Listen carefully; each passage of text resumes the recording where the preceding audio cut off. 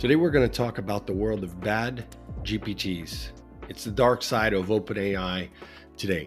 So for those of you that don't know, GPT stands for Generative Pre-trained Transformer. It's a large language model.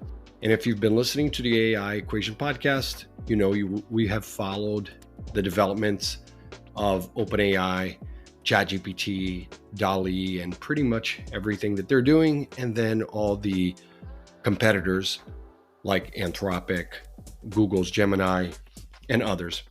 But today I want to talk to you about the bad GPTs that are coming out in the market. I'm your host, Alex, and I just want to dive into this topic because it is one of those that in the world of technology, every time there's a new technology, there are going to be bad players, people who have only one goal in mind, is to use the technology to ruin other people's lives, or in some cases, scam them, hack them. And we saw this with the App Store, both on iOS as well as on Android, right? The Google Play Store, where in the first few years, you had some good apps that had great functions. But as the years went on, you started to see a pattern of bad behavior.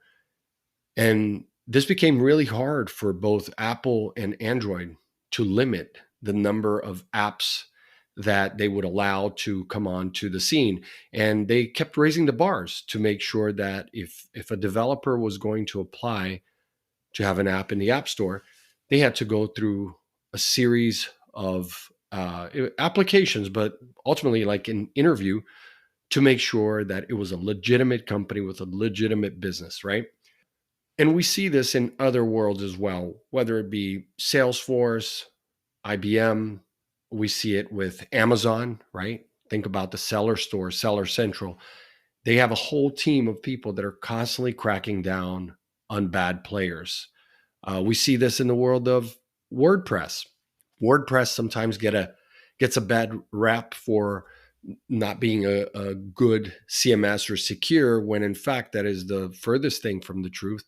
The bottom line is that many people install WordPress as their content management system, and then they just start installing plugins, not realizing that the bar for submitting your plugin to the store is actually very simple and straightforward. And so you can create a plugin that is actually damaging to people. And in this case, with ChatGPT, we are seeing these AI chatbots known as GPTs that you can either use by third-party developers, or you can create your own.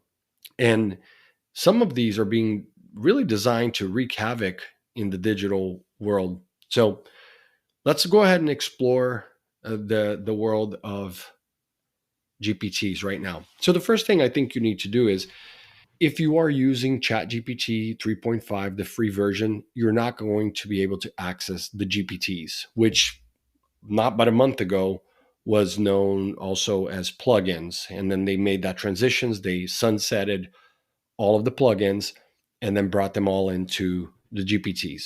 But if you are going to explore GPTs, you are going to want to get the plus version, ChatGPT 4, which is $20 per month. And in my opinion, well worth it. The idea is to democratize the access to OpenAI, even though they are pretty closed sourced, right?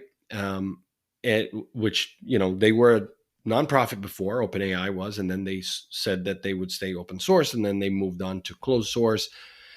And we don't really know what's going on in the background. We just know that it's being used to power a lot of different applications. And I don't think there's anything wrong with that. Our app, our AI copywriting app, articlefactory.ai, which we've mentioned here on the show before, that app is powered mainly by OpenAI for people to write blogs and write content at scale. So obviously to do good.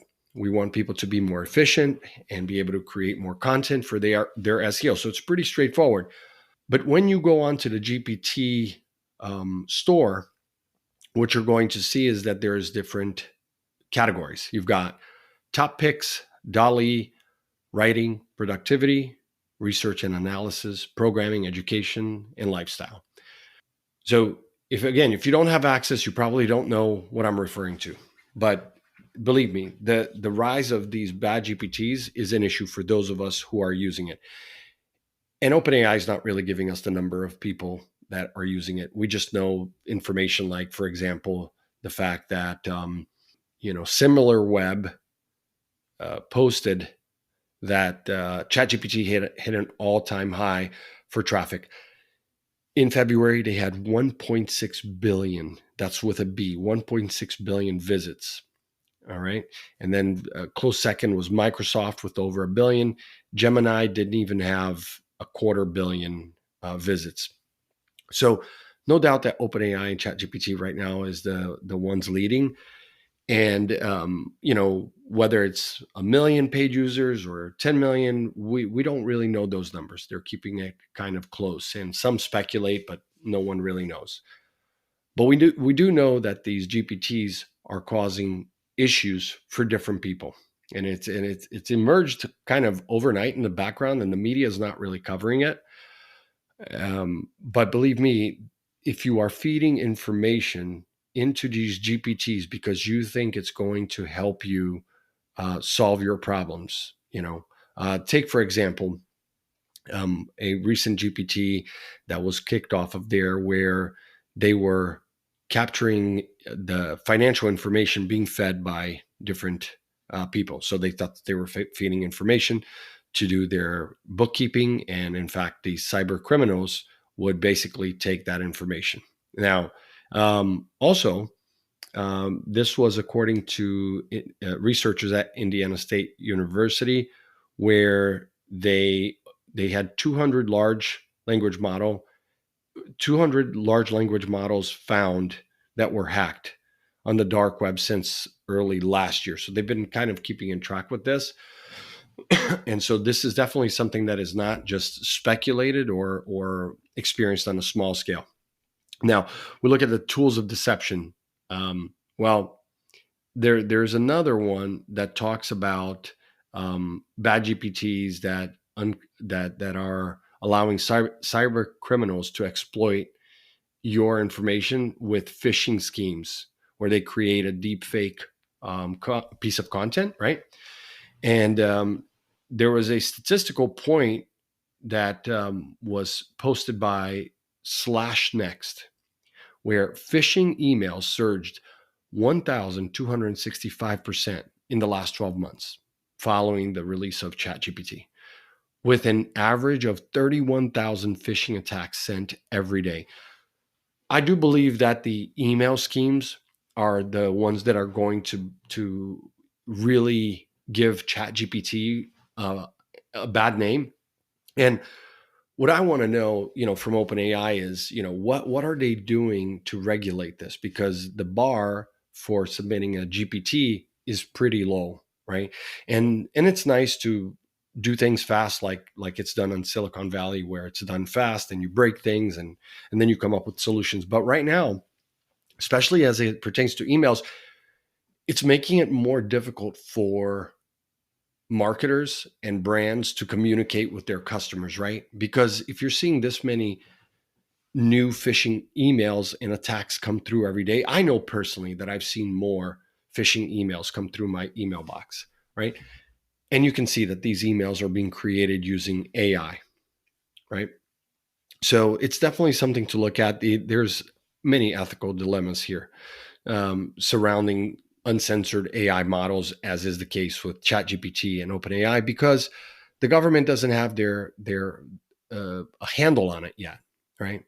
And so right now, anyone who wants to create a GPT can just pay for the $20 version, and without any guardrails there, we're going to see more cyber criminals orchestrate these sorts of sophisticated attacks with a lot more ease than is the case with other platforms like Anthropic, Gemini, Llama, and there's a few others out there. So I think that while ChatGPT, OpenAI is leading the way in giving anyone the opportunity to create sort of their own chatbot to solve any problem in any industry, they're also, I think, going to experience a lot of backlash because as we are seeing already being reported, there are issues happening. And I think it's going to be too late when people find out that even though they're saying the data is not shared with third parties, we don't know that. And at the end of the day, one of the things that I'll tell you is this: if you are using GPTs, when you go to a GPT of any kind, so I'll pull one up right now. Like the big ones like Canva and Expedia, like some of the big GPTs, you already know those companies and trust those companies. So I don't think it's so much of an issue, but it's the one-off independent GPTs that I worry about. So let's take a look at this one, Book Creator Guide by Choi Young. So when I click on it, what it gives me is a pop-up with the name of the GPT. It's called Book Creator Guide by Choi Young, Yong. It's a writing assistant specializing in book creation, web research, and format recommendations. Right now, it's ranked 4.4 with more than 1,000 ratings. Number 4 in English, 50,000 conversations. Now, the problem is that I can't find out who Choi Young is. When I click on the 3 dots, it doesn't give me their website. It doesn't give me the email to the developer. And prior to GPTs going live with the plugins in ChatGPT, with the plugins, I had both the website and the email contact information to the developer, as is the case if you look in your iPhone or if you look in your Android and you pull up an app, you can pull up the email, the address of the company, the website, to make sure that it's a real entity. So my number one recommendation, and really the takeaway I want you to get coming out of this episode, is that you should not download any GPTs for which you cannot learn about the company or the person who is offering the GPT. So now I just clicked on one GPT that says, sell me this pen, create secondhand marketplace listings based on pictures. Start by uploading a picture. It gives me the developer's GitHub, their Twitter handle, and their LinkedIn.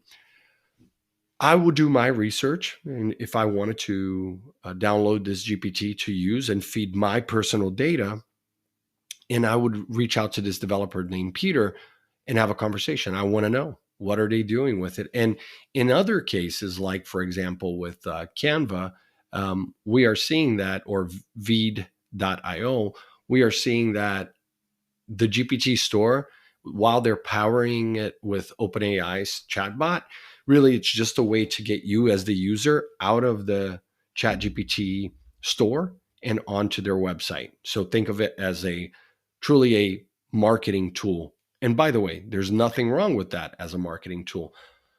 But I think for most people who are just starting out in using OpenAI's ChatGPT, they may not understand that these GPTs are not all created equal.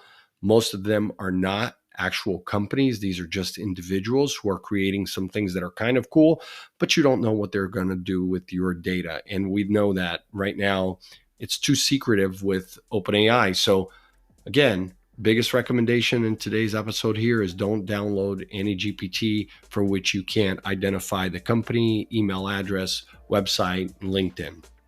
So again, keep coming back every week. We're going to have more information, more content that we share with you on what is happening.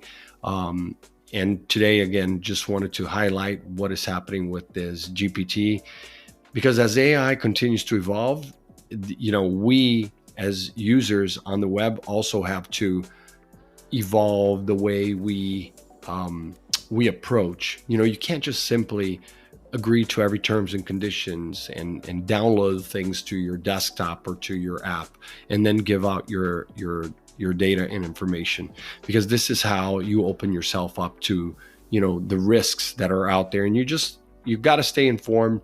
You got to stay vigilant. So join us next time as we unravel more of what is happening in the world of AI. Until then, I'm your host, Alex, signing off.